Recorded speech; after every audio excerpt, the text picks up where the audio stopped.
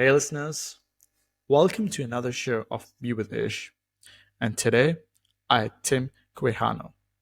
On my conversation with Tim, we talked about business, his new venture called padel.fyi, life, purpose, and some of the worst advices that he has ever received. He teaches us all about paddle and how he's building a community around it. Tim's business, padel.fyi, is a go-to place for paddle players who want to choose to play with the right racket. Also, padel.fyi has the biggest database of paddle racket reviews in English. They also have a YouTube channel. Now, this isn't his first venture, so there's a lot to learn. He teaches us about his learnings from his past failures, him starting a company with his 8-month-old child during the bleak winters of Berlin, and also what his long-term vision is. So make sure you watch the entire episode to learn more about paddle, business, and some of the biggest mistakes that you can avoid in entrepreneurship if you're just getting started. Let's get into it now. So, hey, Tim Quijano, welcome to the Me With A show. Glad to have you here and super excited for our conversation. Nice to be here, Ish. Thanks so much for having me. I'm glad. So you're in Germany right now. It's in the morning, and I'm curious what gets you out of bed every morning. Yeah. So I've been living in Berlin for about 3 years. I think the the thing that gets me out of bed, I should probably talk about my child, who is an absolute ray of sunshine and also literally gets me out of bed around 5:30 a.m., 6 a.m. in the mornings. But I think also a thread that's been weaved through kind of my entire life has been curiosity and adventure and always looking to build new things. I think the counter side of that is that sometimes I don't stick on with projects for a little bit too much. Maybe I've moved to too many cities and I think my friendships are kind of spread all over the place. But I think since I was 15, I've moved to a new place all the time, and I've always been curious about learning new languages, interacting with new cultures, working on new projects, and this like curiosity really is what motivates me to build new businesses and my career as well as my personal life. That's interesting because right now you are in Berlin, but you actually graduated. We graduated from the same university, University of Washington, and then you ended up in Berlin. So I'm kind of curious, like, how did you end up there? Yeah, it was not directly at all. So I grew up in Louisiana, actually. My dad's from New Orleans. My mom's from Los Angeles. They met in Los Angeles, moved to Louisiana. And I think basically their approach to people in general and bringing me up was always bringing me to new places, interacting with local folks, and having this from a young age, I think was really important to me. And then when we moved to California, it kind of steamrolled, right? And then from there, I wanted to work as a diplomat. So I went to University of Washington to study at the Jackson School of International Studies. And then from there, I studied Chinese. So then I lived in China for about 4 years. I taught English and I worked in environmental policy in Beijing. Um, After which I basically wanted to work in business, but I didn't want to move to the US where there were the best business schools. So then I decided to attend at INSEAD, which is an MBA program just outside of Paris, France. I was there for a year and then got tricked into moving back to the US. I worked at an energy tech startup called AutoGrid from 2016 to 2019 till I moved here. And since here, I was working in pharma tech at a company called Viva until last year. Had my baby, took some time off, and then, as you know, a friend of mine kind of convinced me into starting a business in paddle. So that's Yeah. where we are now. There's very few paddle courts in the U.S., so it was something I was always curious about, having played it while traveling, but then wasn't really able to deeply interact with it until moving to Europe. Yeah, I mean, it's kind of makes sense that you got into Pelican, even though it's not as big right now and it's still growing because you've done all this. Like, you were involved in energy. I know you were involved in like real estate industry. You're involved in healthcare industry, and now you're just like, in doing something new again. So that's kind of interesting. But with regards to paddle, like, um, So you also like that's what you're doing full time right now, right? Padel.fyi. Um, and so I think like you are the perfect person to explain to us in 30 seconds the basic roots of paddle. Yeah, totally. I'd love to. It's not complicated. So it's basically tennis in a 20-meter by 10-meter square box. So for Americans, it's like the third of the size of a tennis court, and it has walls around it. And the ball has to hit the ground before it hits the walls. Other than that, you can play it off walls like you do in squash. Okay. I think like I was kind of doing some kind of like study on it before like and I noticed that I think one of the bigger reasons why it's been growing so much is because I think it's accessible for a larger pool of audience. You know, you don't have to be as physically fit or like even with tennis, I think um compared to the percentage of females that play tennis, the ones that play females that play paddle tennis, it's a lot more. So it's, you know, just even different age groups, different genders. So it's like, you know, catching up with a lot of Yeah. people. Why do you think it's just recently there's such a growth? Because I think it started about in 1960s in Mexico, and now like in the last few years or decades, it's been growing exponentially. So what do you think is the reason? Totally. Yeah. So today, for some context, there's about 25 million players of paddle. Most of them are in Argentina and Spain, but it's growing rapidly particularly in Northern Europe, also in Iberia, so also in Portugal and Italy. It's on fire. So my biggest customers today are actually from Italy. I have the website translated into Italian. Um, so I think that there's two reasons that paddle is growing so much, and then a third kind of contextual thing. So the first two reasons. So I think paddle is very easy. So from the standpoint of compared to tennis, where you have these very wide swings, you have all of this technique in order to get to a level where you can just pass the ball over the net and have a rally of a few shots. So I think with paddle, you have these walls, so the ball kind of comes back. So power is not so important. Actually, the way to win a shot is by hitting it in between really soft and really hard, right? So then the second bounce is near the Yeah, wall. So it's actually quite accessible from the beginner level, and people start to have rallies from the beginning, and I think that's really helped it's grow a lot recently. It's also social, so something that's really important to paddle is teamwork, but teamwork at a partner level, right? So it's played in doubles always. So I think you start to really build a relationship with the people that you begin to play with. For me, almost the majority of my friends in Berlin now are people that I've met through paddle. So it's really easy to build relationships with that, and I think that's really important. And then thirdly, its growth was, let's say, coincided with COVID. When there were a lot of COVID restrictions put on indoor sports, paddle was something that was seen as safe because of the space that you keep between the other players. So that helped kind of, let's say, jump kick its growth that was already happening in some of these countries. yeah. And so you were involved in all of this. You got all this inside knowledge, and you know you became better at the game. And so then you kind of went all out. You found like a gap in the market within this like this industry with this sport, and then you started like your business. So yeah, I was interested to know more about your business paddle that you started like a YouTube channel, a website to reviews, and how did you find that there was like a gap in the market for that? Yeah, totally. So for context, padel.fyi is uh, padel.fyi is a kind of guide to information about paddle. So we started by doing reviews of rackets, because the rackets, if you come from tennis, it's kind of confusing to understand which type of racket to buy. A lot of people buy the wrong rackets. Actually, I ran a survey of over 20 people, and over half of them said that, well, I'm playing with a racket that my other racket was better, or this one I used for about a week and I changed to another one.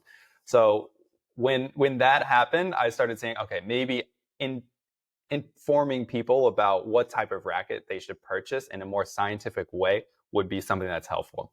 And I would say my biggest bet right now is, does paddle continue to grow in the non-Spanish speaking markets, right? So in the Yeah, US, there's about 20, 25 courts, and there's an equal number that are planned. And by courts, I mean clubs, right? yeah, That could have multiple courts at each club. So the bet is that it'll continue to grow, because right now almost all of the paddle information is in Spanish, with a bit being in Italian. And that really creates a lot of friction towards the growth of the sport.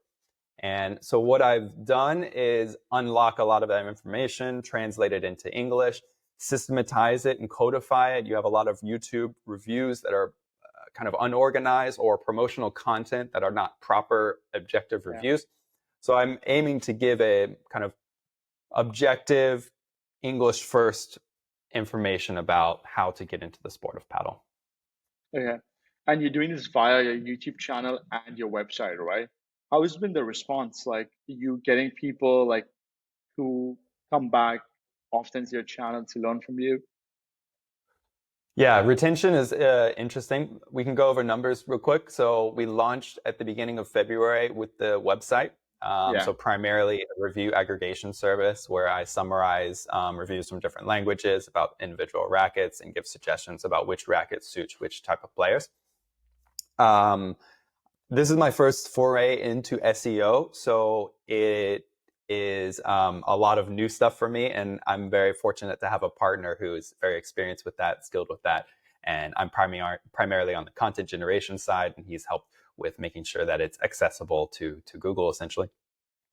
So our numbers have been doubling in terms of website visitors from about like every 2 weeks, 2 to 4 weeks. So right now we're over over 500 daily visitors. And next month, I assume it'll be over 1,000 daily visitors. I guess that will start to slow down at some point, but so far it's been growing really rapidly. And because the website's a little bit more bottom of funnel, closer to conversion, we've been focusing on that a little bit more. It's very difficult for me to devote time to optimizing the YouTube channel. But that's something that I will start doing more once the website gets a little bit more kind of financially sustainable at that point.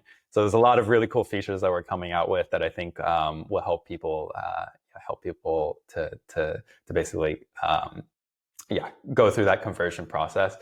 In terms of retention, you brought up, I would say there's very little so far, or at least I'm not tracking it properly. So what I would like to do is definitely focus on that more in the future. So I've just enabled, I think, and maybe I'm rambling a little bit here, but my approach was, let me find out a way to convert these visitors. And now I'm taking a step back and thinking more about, okay, maybe I should focus on actually building a community instead of converting those users. So I thought I would reach the point where I should go from the value creation process to the value extraction process. And I think I jumped on that a little bit too soon. And I think that's a good learning for me, is actually you can take more time, build more value, introduce more ways to connect with the community. So I think like newsletters are something that we're looking at, and different types of content. We're going to focus on not just racket reviews. There's different types of paddle content that we'll be producing. So maybe I contradict myself when I say that I need to focus more on the website and bottom of funnel stuff on the website and less on the YouTube. But I think the website so far working really well, and I think there's more opportunities to kind of serve interesting content to the visitors that are already there.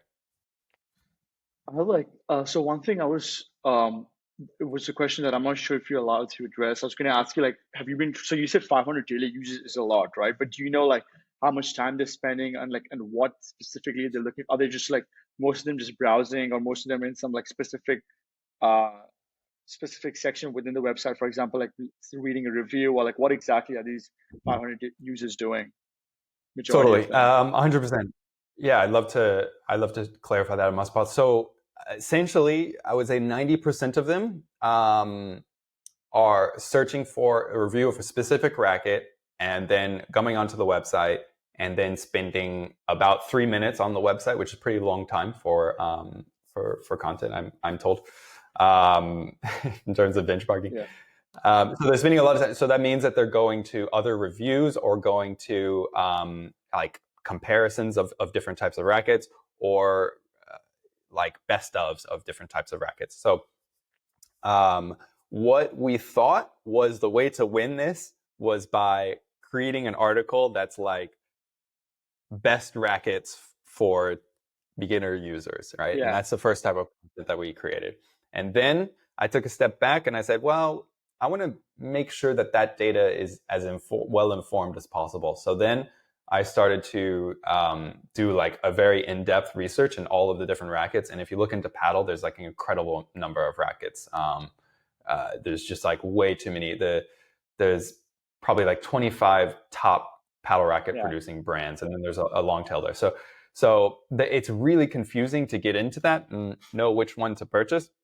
So in the beginning, I'd focus on like I don't know what the opposite of the long tail is, but we focused on these kind of summary article pieces, and then I realized that more of the value was actually into the long tail. Yeah. And I think like if there's another learning that I would say is that and this is more common knowledge in SEO, but the long tail is like definitely much closer to conversion. And people, you can really get people's interest more if you have a large amount of content on the long tail. And then from there, you can introduce them to other types of content pieces. So I think that's Yeah. something that we kind of stumbled into accidentally, and it's worked out really well for us. I think it's interesting that you are targeting these people and you're getting so many visitors. And I think one fact is that with the whole like racket related sports or bat related sports, there's a huge risk to injury for people, especially new players and beginners, because if you choose a wrong racket, it could set you up for failure throughout, and you can get tennis elbow and a lot of other issues.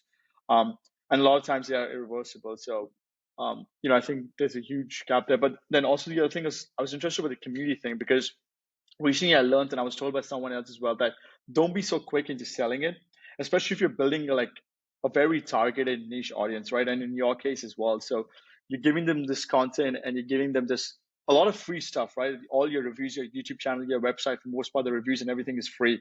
But then if you're trying to sell them instantly, then it becomes kind of like, oh, it's too quick. So if you create like a community around that where people can interact with each other, people can interact with you, because I'm not sure if YouTube is the best place to create a community, because I know you reply to comments there and everything, but I was interested to see how you could build a community, like maybe Facebook groups, or also you could do something like bodybuilding.com. I don't know if you know, but like I remember like 10 years before, like bodybuilding.com had this like forums within the website. So you had all these like reviews and things of like all the supplements and stuff, and then you could go within like forums and you could upload your like progress, and it would be like a community within the website itself.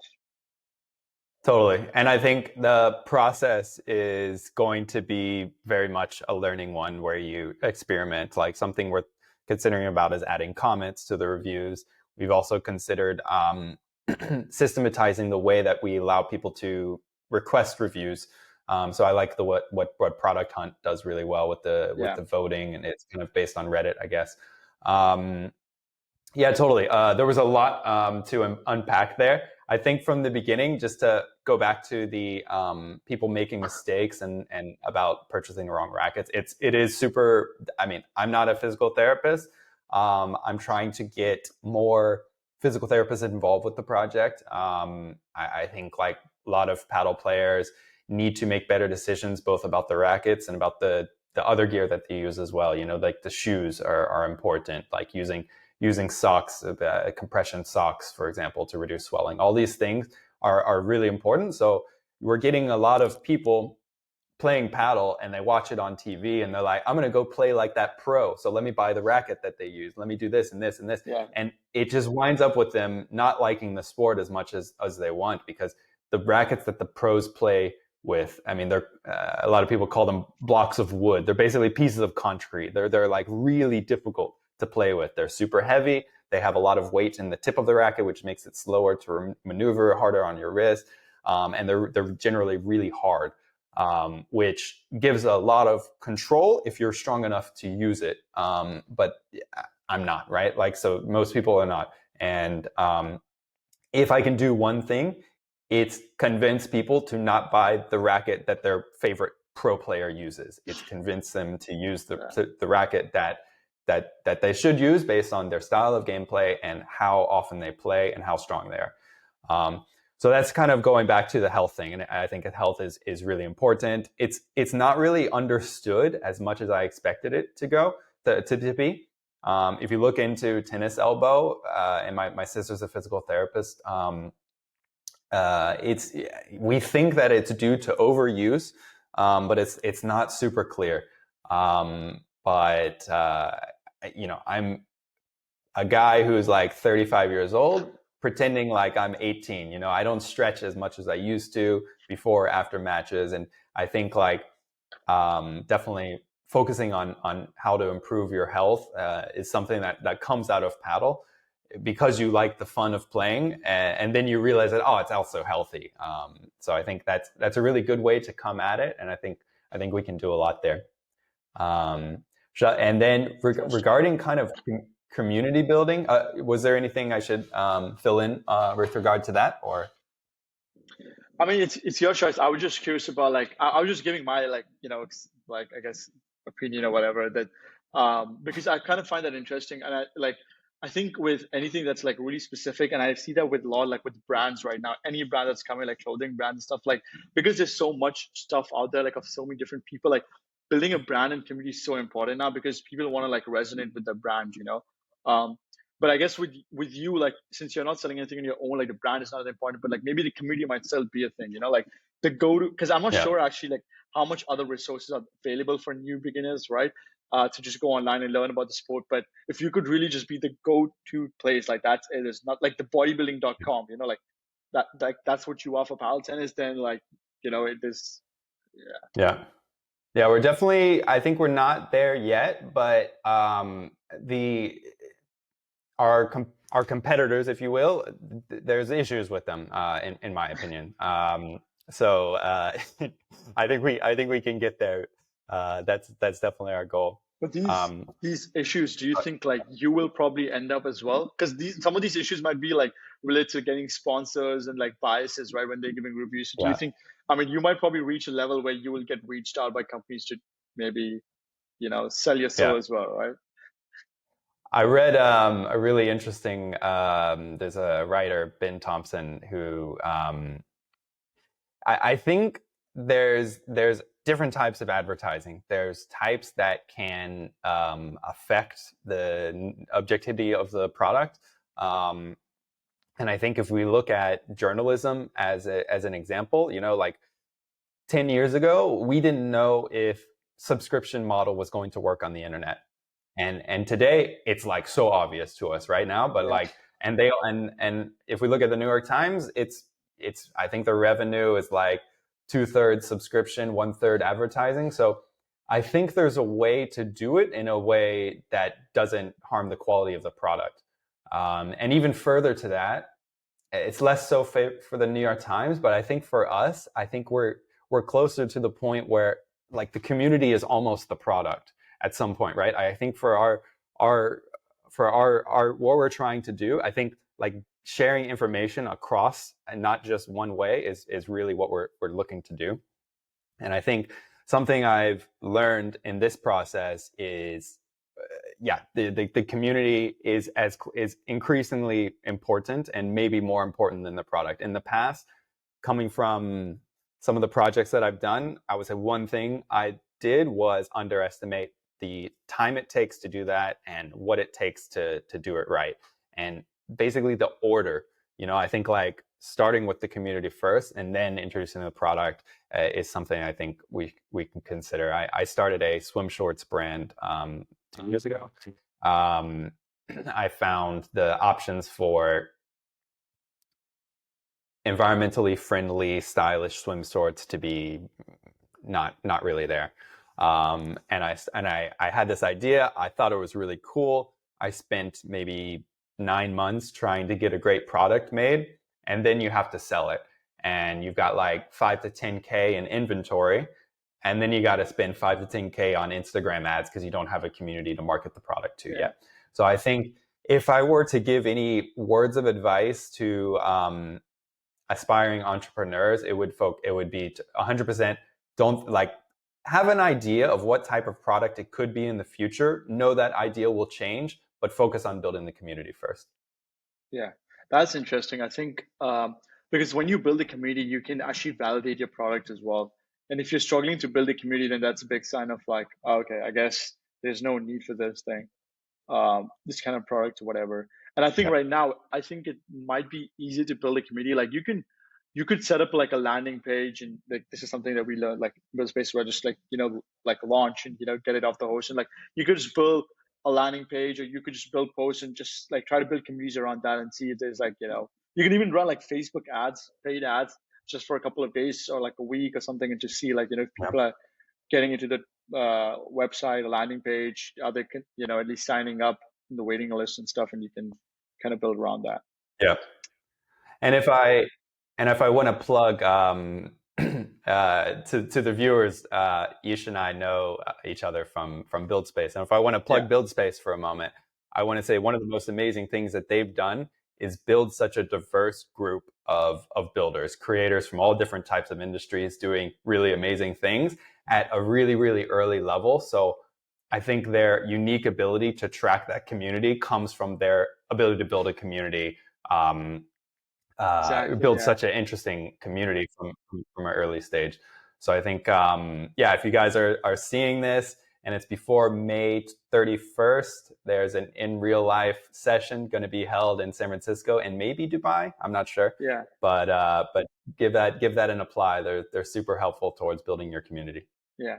I think that's actually that's like perfectly said, because you think about the Twitch streams as well. When they used to do it, there used to be like thousands of people that were coming in, and it wasn't just thousands of people like inactive people just watching. I think everyone was really involved in the thing, and I think they built the whole like 6 weeks around that. That community is the most important thing, and like we met through community as like through Build Space as well. So Yeah.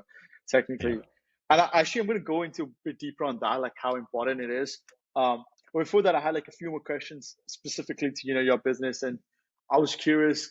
So, what has been the like most difficult thing for you while building the padel.fyi business?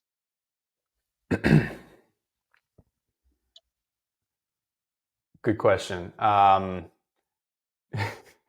mean, I've come at it at a very interesting time from a personal perspective. If I talk about personal issues for just one moment before getting into Yeah, the business stuff. it So, could be personal or uh, professional difficulties that you yeah. face while building business.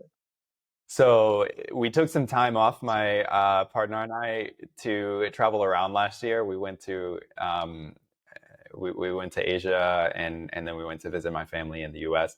And then we got back with an 8-month-old baby to the depth, the deepest darkness of Berlin winter, which, you say the sun comes out for like 4 hours a day, but it doesn't really come out because it's just like dark gray versus darker gray at night.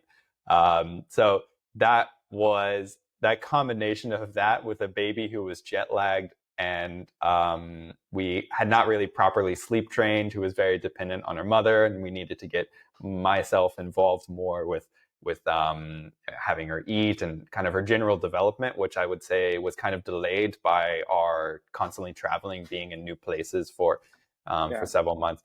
So starting a business at that time can be challenging.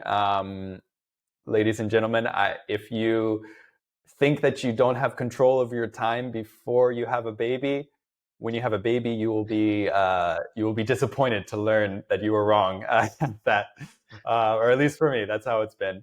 So that is something that I've needed to learn, is how to systematize things, or prioritize that and focus on my relationship, building my relationship as well with my baby, and then focusing on my business and myself as well. So that's been a little bit challenging. But in terms of things that have been more difficult, I would say I think it's like all of the learnings that I've mentioned, like coming up to this point. So we went over my belief that I should have more conversions sooner, right?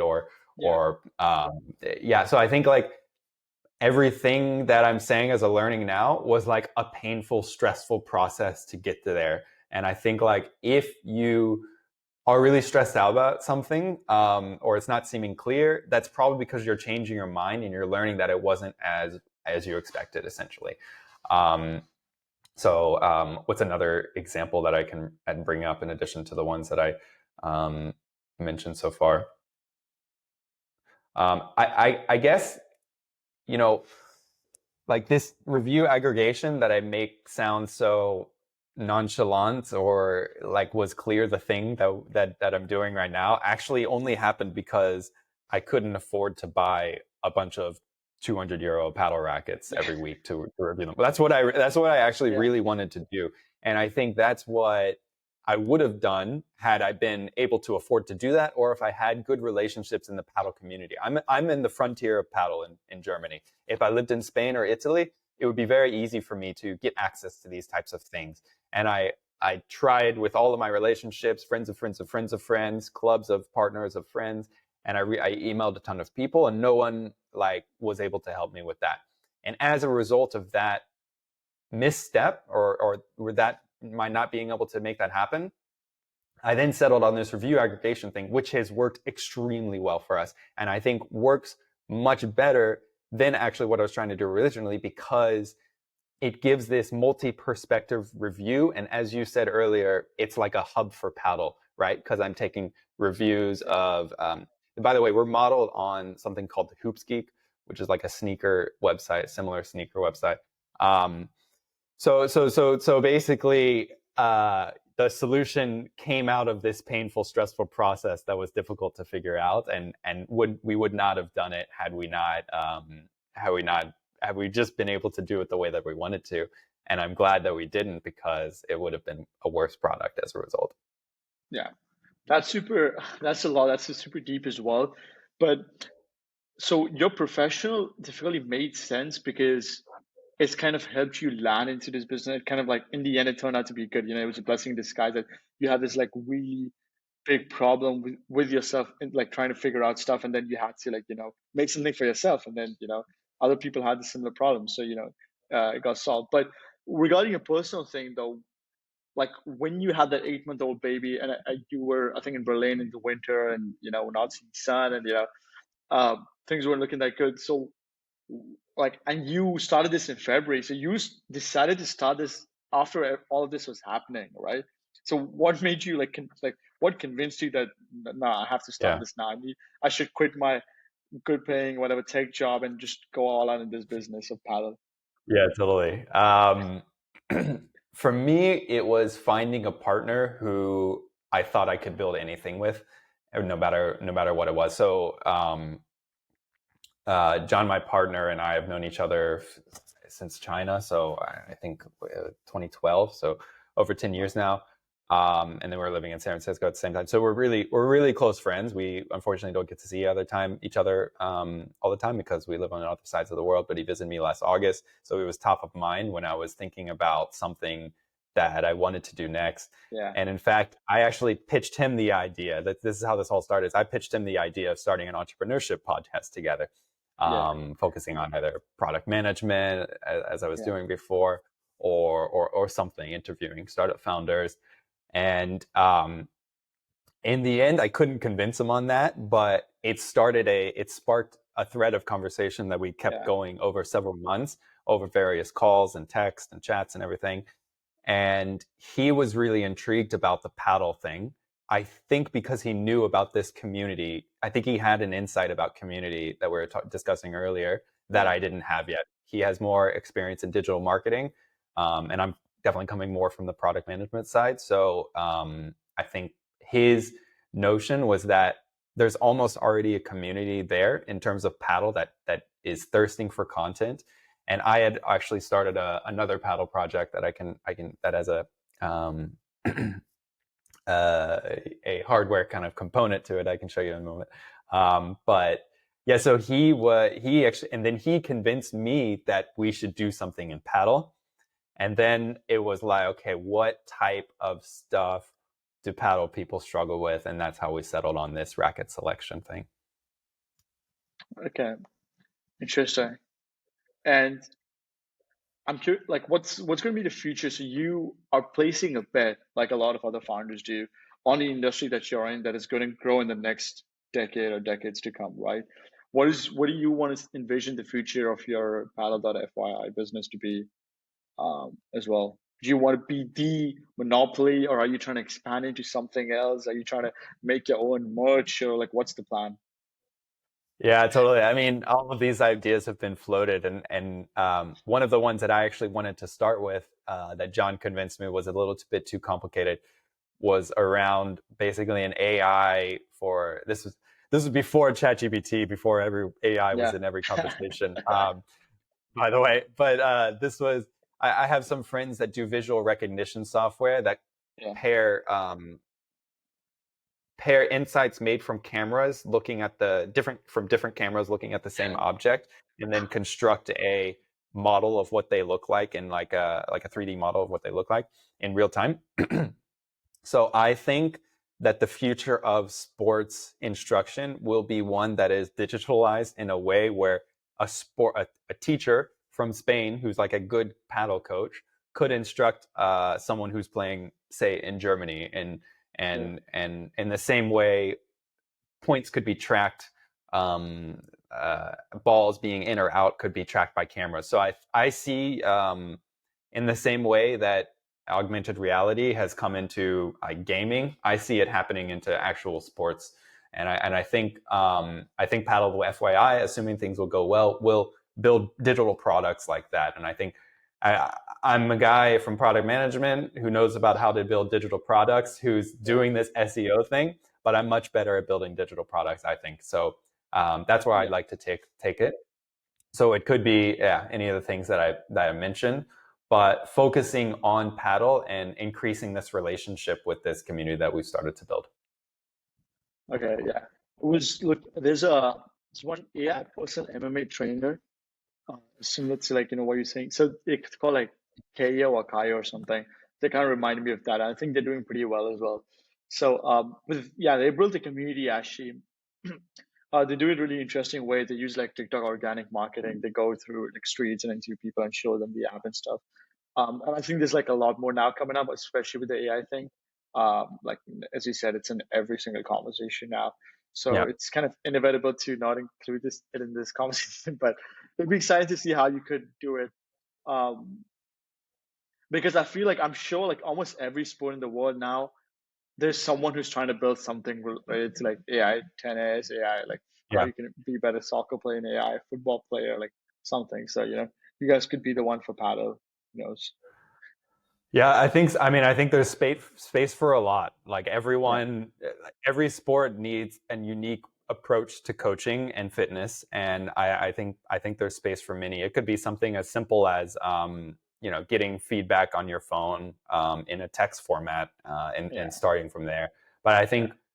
think with paddle, you want to see, and it's probably the same for everything, but like if your elbow's in the wrong way, then you're more likely to hurt yourself. And I think Yeah. knowing that from a beginner level before you concretize habits that are bad for basically your health, would be super valuable. And I think it would also, it would help a lot of coaches who I've spoken to a lot of coaches on this. It's a two-sided marketplace, right? For example, Yeah. and it would help them increase the market that they have access to. Whereas in Berlin and Germany, we have very few coaches. We have Yeah. basically no coaches, Yeah. and it's really hard to find access to proper paddle players. So the market in Berlin, I think, could be really great for this, but it's worth testing other places. Yeah. You could also do it on uh, like if because it's a doubles. Like every game is a doubles, right? It's a team game. So like how you're coordinating as a team, and what movements could have been better as a team. Like if you're gonna hit something like that. I don't know. So it could help teams as well to improve the performance and positioning and movements as well, so that they can play better with each other. Um, so like let's go back to build space actually, because we're talking about this online digital products, and there were a lot in build space, a lot of AI related and NFT related projects. But I was curious. I wanted to hear your opinion. This is how important are communities like build space for online builders? Um, I mean, so I think Build Space is quite unique, in the way that it's market itself as a way to help builders from all different types of groups, and I think that's why I respect Build Space so much. I think communities like this are really important. I've worked on various projects by myself, building the swim shorts brand that I mentioned before, a couple of other things, and you really do need a community to help you work through the problems that you're Exactly. and so like working on this project with working on padel.fyi with my co-founder John has been amazing because like I'm coming from working on this experience alone, and I force my wife to talk about it, or it just doesn't go places in the Yeah. same way that you can kind of not group think, but figure things out together with new Yeah. perspectives that having a community. So that's where I see these communities as being super super valuable, and yeah, that's why I was interested in working on Build Space. Build Space has a structure to it, and forces you to ship and makes you feel like you got to ship new stuff, Yeah. and that's what I wanted. I have a lot of internal motivation, but I think for folks that feel their mind being pulled into different directions and need to make sure that they devote enough time to the particular project that they're working on, I think the structure of Build Space ensures that. So I think if you're worried about that, it could help that a lot. Yeah. Yeah, so I think these communities are super valuable. And if I look back 10 years, it's really amazing how much it's grown. And so the resources for entrepreneurs, everyone's always saying this, but I think it's like very important to be grateful about the situation that we live in. The resources for entrepreneurs that are available today is totally different from what Yeah. it was 10 years ago. So I think taking advantage of that is really important. I think, yeah. And I like the point you said about the win space, like where there's so many different projects that people are working on, but then the vision and the motivation is the same for everyone, which is to build things, right? And so you are building something, and someone else might not be building the same thing, or they might be building a YouTube channel, you might be building an AI product, but at the end of the day, you both want to build something, but they can give you a perspective that's not what something you're constrained to, and it's like an outside view and helps you look at things from a different point of view. So I think that's the most amazing thing about Build Space is you meet people who are doing different things, but then they kind of have a similar motivation inside why they're doing that. Yeah, I mean, you learn from one another, like 100%. Exactly. Yeah. You can't Yeah. not learn from the people that are also participating in. Yeah. Interesting. So, your first business actually venture was, I think, RetroCap, right? Um, and I wanted to know like what you learned from that, and you know what was that all that about, and what you learned from that, and how you're applying those learnings to your paddle. Yeah, that was a long man. Those were the days, huh? I was a wee little thing back then. I don't know how old the visitors are going to be, but I'm not a young guy anymore, man. Still Yeah, young. that was. Go ahead. I was just saying you're still young. This is great. I shaved Yeah. before this, right? My water. We don't have any hot water, so I had to shave with cold water. I think that's why I'm getting this red spot. Um, okay. Focus, Tim. So yeah, RetroCap, that was a really fun idea. So I was definitely more focused on energy and environmental issues when I was coming out of university. Still very passionate about it today, but I think the business model there is like always 10 times more complicated than Yeah. than otherwise. Um, so with RetroCap, essentially there is, and this still exists today, there is an untapped market of home energy retrofits that will pay off in a few years if they just happen. But homeowners are like disconnected from that return on investment were they to invest in it, or they don't know that they have access to cheaper than otherwise capital for home energy retrofits. So there's this. So the concept was to connect home energy retrofitters and homes that need to be retrofitted with third-party capital that could help them reduce that. So there's specific types of loans that are low interest rate that allow for this, because it's also good for the environment, right? There's like a triple bottom line thing there. So I haven't explained that in a while. It's probably coming out more convoluted than I would have explained it 10 years ago or whenever I was working on it. But it is a multi-sided marketplace that is hard to build. And you got to inform and educate the homeowners. You got to have relationships with the retrofitters that are local in different places. It was a complicated thing to build. I think there's probably a way that I could have come at it to simplify, but I was not able to do that. But it was I mean, I hope someone runs with it. Maybe they'll see this and build it today. There's a lot of things out there. I wanted to build a tool basically to allow homeowners to calculate the savings that they could achieve, and then connect them with.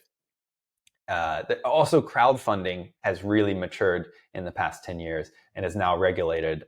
That back then it was like semi-illegal. So yeah, also connecting them with capital investment partners, right? So the homeowners didn't even have to put any capital into it. So I think like there's an amazing opportunity there if someone figures out how to unlock it. Yeah, interesting. What was the difference for you that's been in when you've been working in tech as a product manager and when you've started these companies? Yeah, totally. I mean, so the reason that I would say I was attracted to product management is because of this, curiosity and Yeah, interest in entrepreneurship that I've always had, and I like doing everything. I like doing branding one day. I like doing marketing the absolutely. next, Yeah, and working with the devs. So product management is this it's a varied role. It's a diverse role, different types of responsibilities, but also it's something that is relationships are super, super important. And for me, I like to build relationships with different types of people, explain things to them. I thought I turned off everything. Yeah, sorry about that. So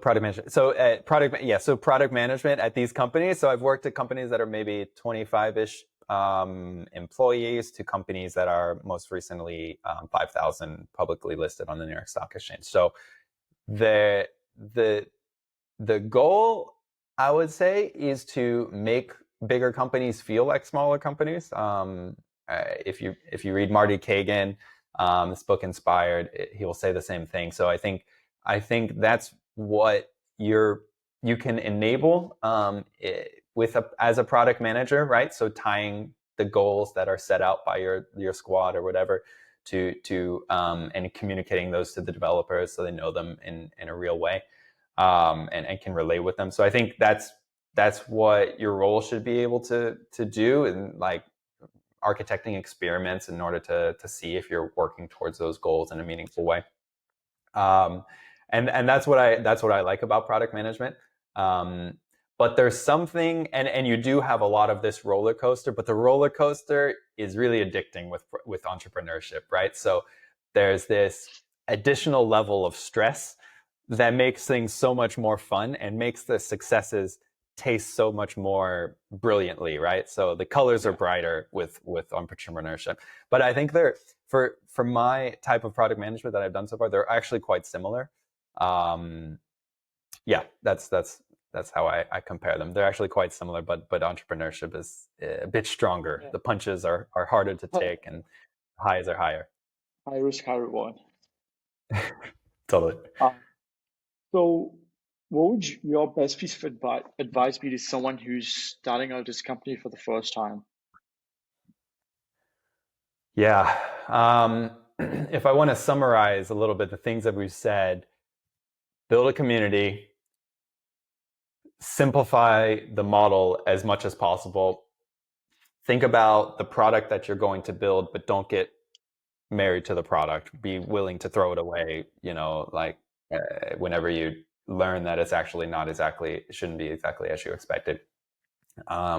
Fourthly, just delay building the product until as much as late as you can, right? Like don't put any money into it. Really, like, I know everyone's doing landing pages and pre-orders now, but like, do it. Don't build the thing. I think it's really valuable to get the customers before you build the thing. I really went at this the upside down ways, and it's not worked for me when I've tried to build a product first and then get people It's to interesting go for it. it's interesting how often, like, even if you listen to like YC or like any startup founder, like who's already like built some sort of company, like everyone has advice is first talk to the users and see if what you're building is needed by them, because you don't want to be spending 2-3 years building an over-engineered product, and then if no one comes Yeah. and uses it, like that'd be the worst thing ever. Yeah. So I think there's a tendency to not believe in oneself until you have like some form of validation, like a product. And I think that people try to get the product to speak for themselves before the product's ready to do that, before they're ready to do it as well. So I think it comes from a place of insecurity sometimes, which I totally understand. And I think one thing as a product manager that you're forced to do is constantly talk to users because like they've got bugs or they need new features or something. So I think like also managing those conversations is not as easy as people think it. They'll just tell you to go talk to users, go talk to users, go talk to users. But I think there's a way to get information out of people. Yeah. And you can, people write books on how to interview customers. And I think it's not easy to do to get the right information and figure out what their biases are and understand how to categorize that type of user for this type of user and which one would actually pay for the product that you're trying to build. So I think it is the importance of it is definitely noticed. And I mentioned Inspired by Marty Kagan. He does a really good job of talking about this. Also, Product Discovery by Melissa Torres. Sorry, I may have said her name wrong. But these books are really great for kind of aspiring more on the product management side than on the entrepreneurial side. But I think both can learn from them. So you talked about the talking to users thing, and I found that really interesting because, and it's something you referred to earlier in the conversation as well. Because especially if you're building something niche thing, like talking to users is not enough. You really need to be talking to the right audience, users or potential customers, because you can't go and ask your friend or family for something that they're obviously not a potential customer for. And I think like when people like talking to users or whatever, like they just found the third person on the streets and start asking them, but like that's completely wrong. Like it's so hard to. I think that's the difficult thing. You need to find the proper person that would you think would be the ideal like user for your product, and then you have to ask them the right questions. So I think it's like it's not as simple as it seems, and that's why I think it's a skill on its own, and it could also be a full-time job. And that's why usually when you have like co-founders, like one of them focuses on that and one of them focuses on like building the product or doing something else. Yeah, I mean, one way to look at it is that you should be convincing yourself why this is a bad idea the whole time, and those ideas should be like those reasonings should be kept as close to you as the reasons that it's a good idea. And if customer tells you why not to do this or why it won't work or why it's too much, like you should know the reasonings before they like you shouldn't learn them from them first, right? So I think it's really good. I think like one way to do that, there's like different techniques, but there's like smoke tests. So you can put up a sample product, throw some Google ads behind it if you want, and see what the kind of like engagement is going to be on the landing page that you throw up. Yeah, it's something that we tried with the training tool, and I don't think we got very good responses by it so far. But yeah, I think that's something that's really important to look at. And starting something, you need to go into the niche first. And figure out if that niche is going to work. And normally, that niche is found through digital means. So that's why I think like getting the data via or getting feedback via online services such as Google Ads can be really valuable. Yeah. Those are some good advices, but what has been the worst advice someone has given to you? I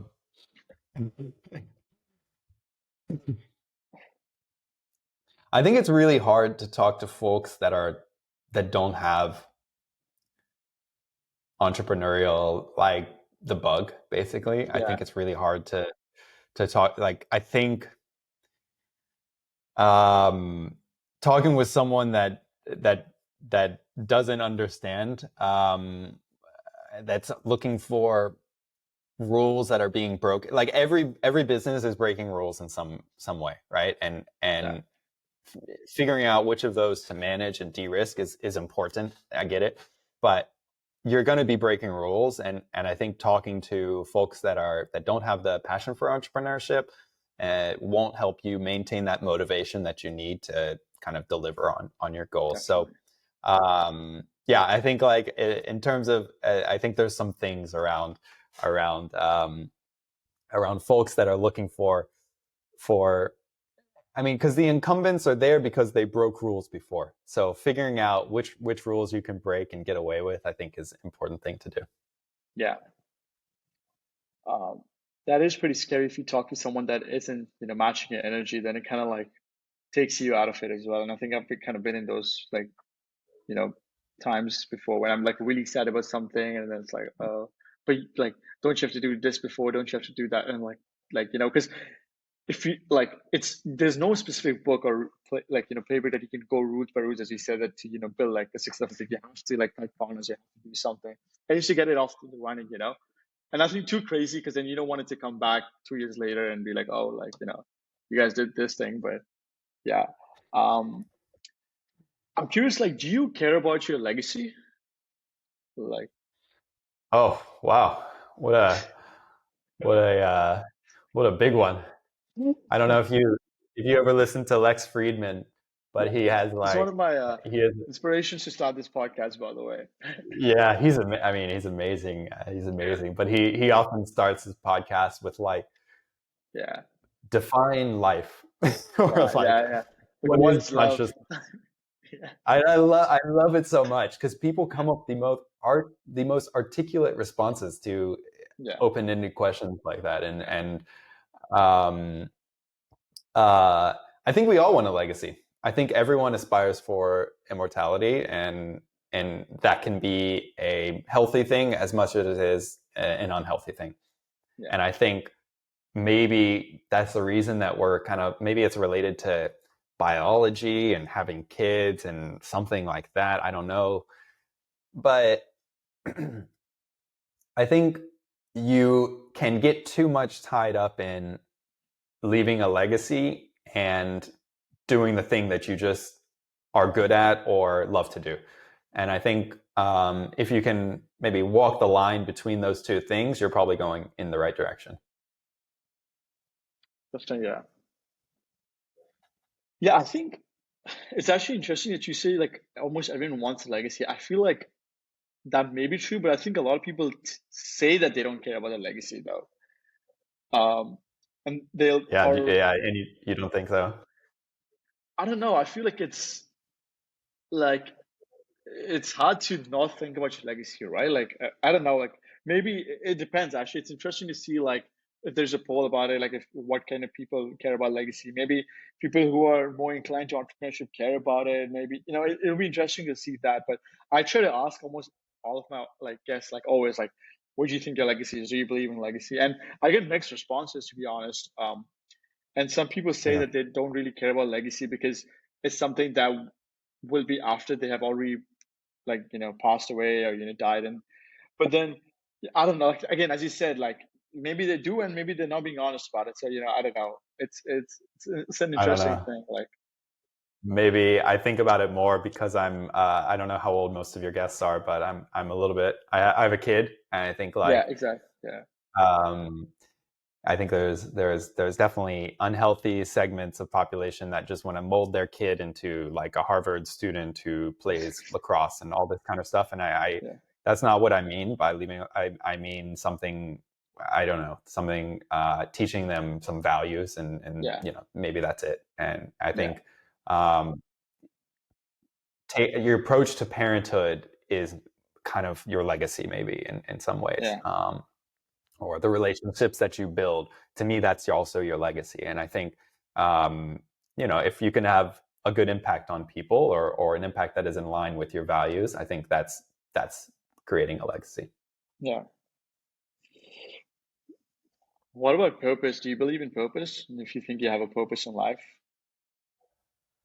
I'm not a super religious person. I think Yeah. purpose to me sounds like religion. I was raised quite religious. My family Yeah. is Catholic. But to me, there's nothing external about purpose. It's what you create for yourself based on the environment that you come in. So I think, yeah, your purpose is what you set out to do, and you're either moving towards that, or you can reflect a little bit on how to do so better. Do you think your purpose can be changed in life, like as you keep progressing and you keep getting older, you learn new things, like because when I mean by like, what do you think your purpose is? It could be like some people's purpose in life is just to build things, right? They want to build like companies, they want to build products, they want to build relationships, they just want to build stuff. Some people's purpose is just to, I don't know, like maybe make the world a better place through something else, like you know, loving or whatever, like something like that. So, do Yeah. you think though that can change as you grow older? Like, have you experienced that when you were younger? You thought like maybe you wanted something else out of life, but now you want something else. Yeah. I mean, maybe it should change. Maybe if it's not changing, then you're not learning enough. Yeah, But I mean, maybe we should double click on what we mean by purpose.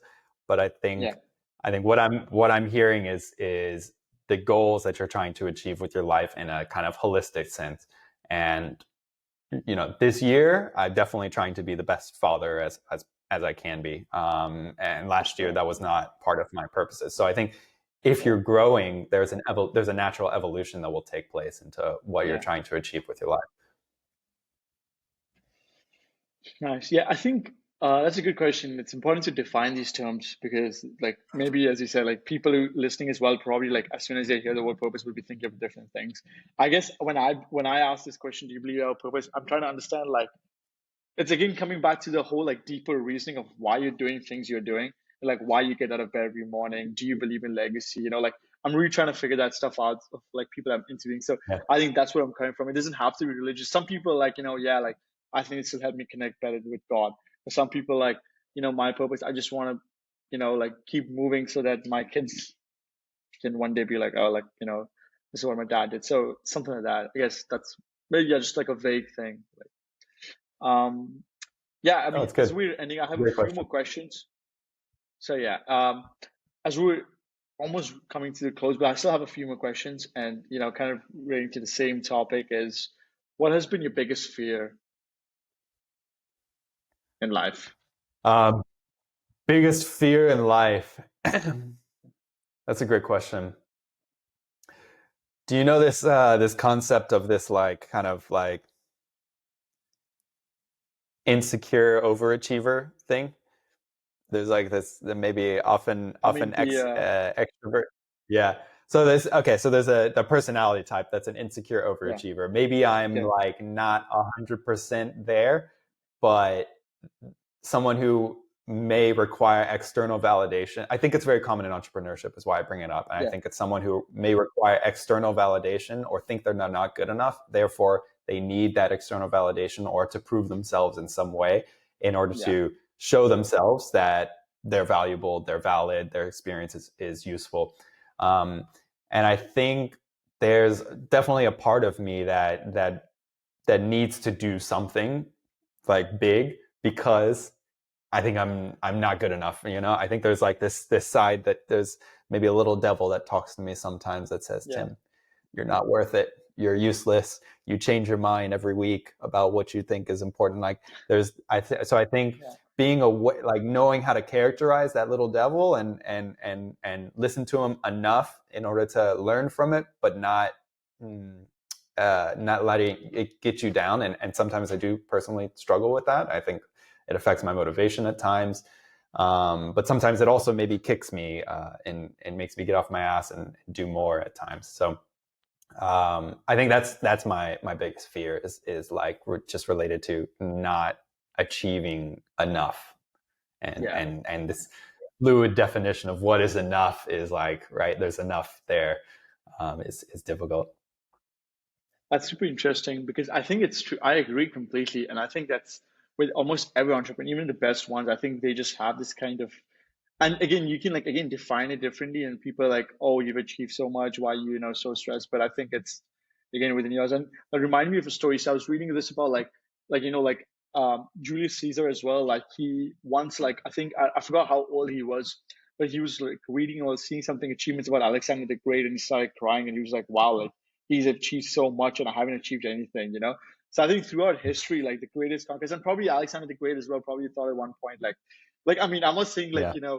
it's the same thing, but it's kind of the same concept of like trying to achieve more. And maybe if those guys live now, they would also be entrepreneurs, right? Because they can't go over the conquering things. But is it kind of the same concept of like thinking that you haven't achieved enough, and you kind of have that sort of insecurities, like you get the stress and anxiety, like shit, like I got to do more, I got to do more, I got to do something bigger.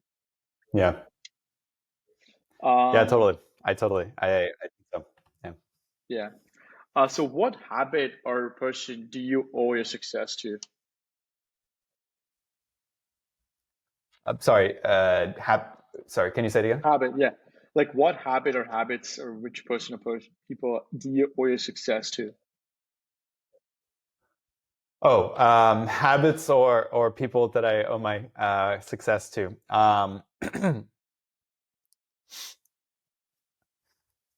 I'm a very unorganized person, so my ability to stick to habits has been pretty bad.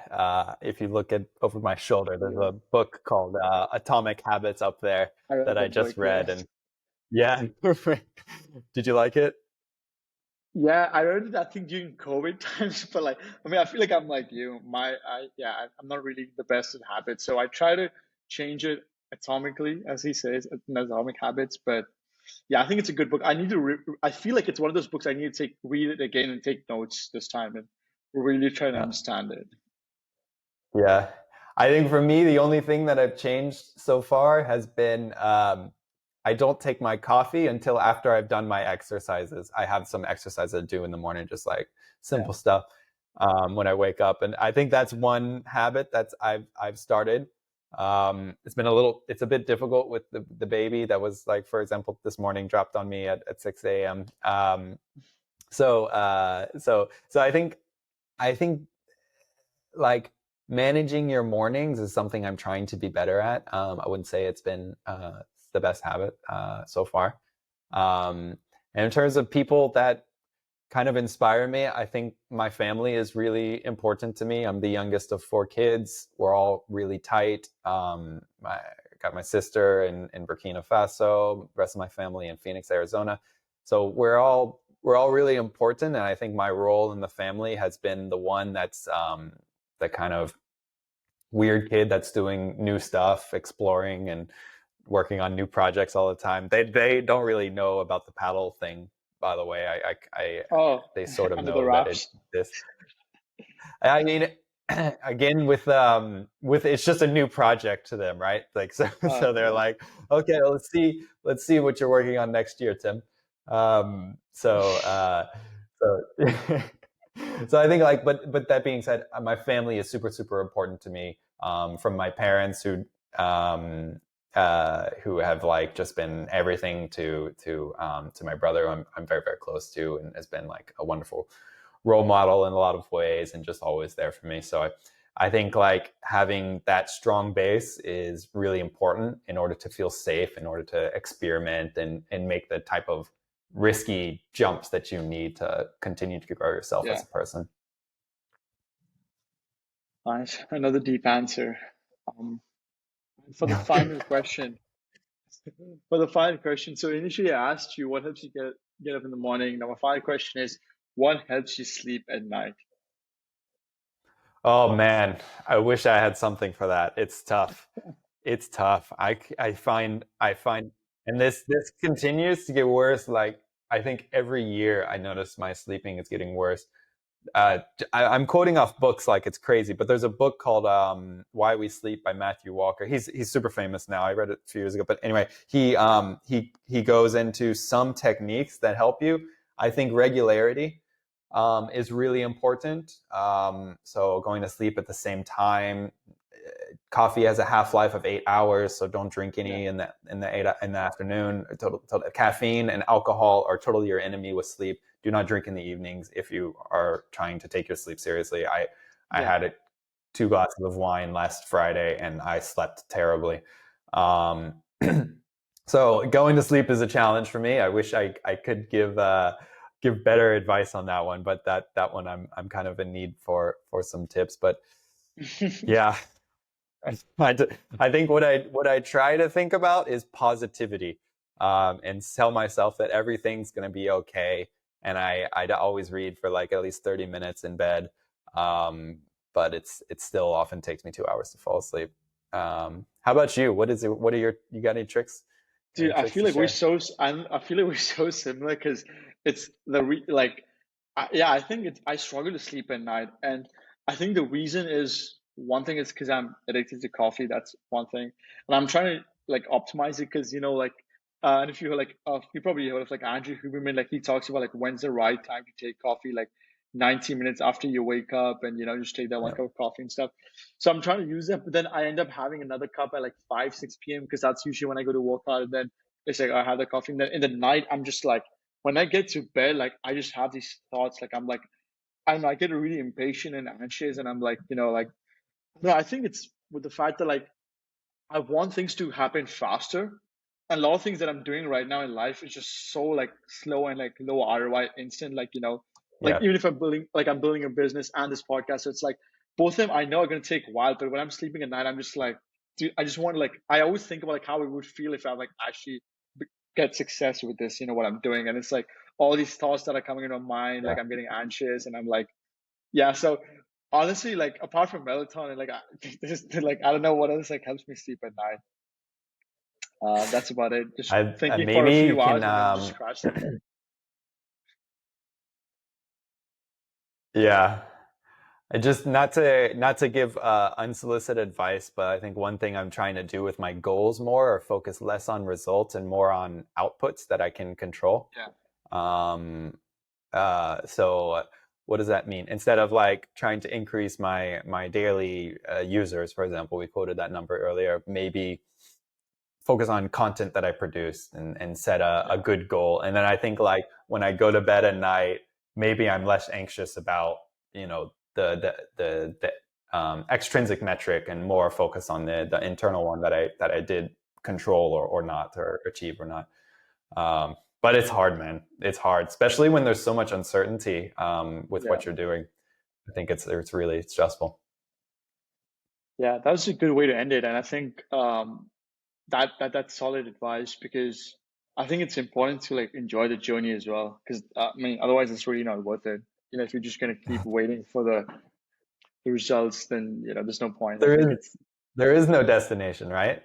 yeah, There's no like once you get there, you're going to be like, oh, but I want this other thing too, or I want to do yeah, that thing in addition. Like there is no Don't think that there's a destination. That's like it can get you in trouble, I think. And I think, yeah. So like if you assume that, then you're never like, oh, I just have to whittle through this for a few days, right? yeah. You never like just like, oh, I'll just get through this moment. And I don't know. That's my BS answer to that.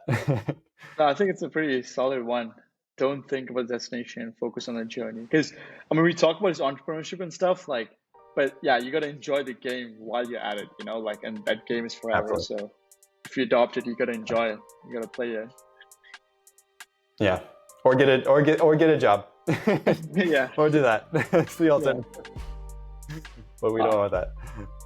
Anyway, thank you so much for coming on. I think it was a pretty long conversation. I just noticed the time right now, but I think there's a lot of value. People can learn a lot from it, and I appreciate you giving us your time. Absolutely. No, thank you, Ish. This was really fun. I really appreciate it, man.